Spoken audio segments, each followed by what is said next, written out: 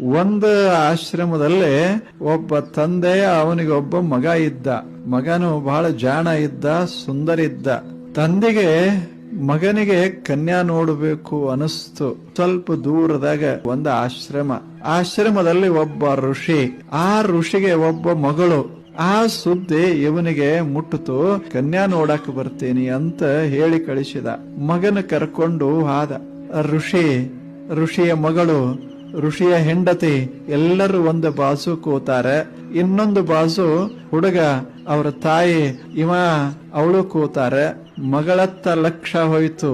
ಎಷ್ಟು ಸುಂದರಳದಾಳ ಅಂದ ಮುಂದೆ ಏನು ಮಗ ನೆನಪಾಗಲಿಲ್ಲ. ಗೊತ್ತಾಗಿರ್ಬೇಕು. ಮನುಷ್ಯನಾಗಿ ವಿಚಾರ ಮಾಡ್ದ. ಋಷಿಗೆ ಕೇಳ್ದ, ಕನ್ಯಾ ನನಗ ಕೊಡು ಅಂದ. ಗಾಬರಿ ಆದ ಋಷಿ. ಮೊದಲ ಶಾಪ ಕೊಡೋ ಈ ಮನುಷ್ಯ ಇನ್ನೇನು ಮಾಡ್ತಾನೋ ಅಂತ ಅನಿವಾರ್ಯವಾಗಿ ಕೊಟ್ಟ. ಮಗ ಹಂಗ ಉಳ್ದ.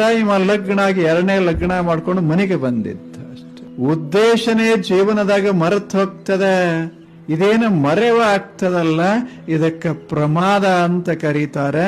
ಜೀವನದಾಗ ಪ್ರಮಾದ ಬಂತು ಅಂದ್ರೆ ನಮ್ಮ ದಾರಿ ತಪ್ಪುತ್ತದ, ನೀತಿ ತಪ್ಪುತ್ತದ. ಮಸ್ತಾಗಿ ಒಂದು ಸುಂದರ ಪ್ರಪಂಚ ಕಟ್ಕೋಬೇಕು ಅಂತ ಹೋಗ್ತೇವೆ, ಅದನ್ನು ಮುಂದೆ ಮರ್ತೇ ಬಿಡ್ತೇವೆ.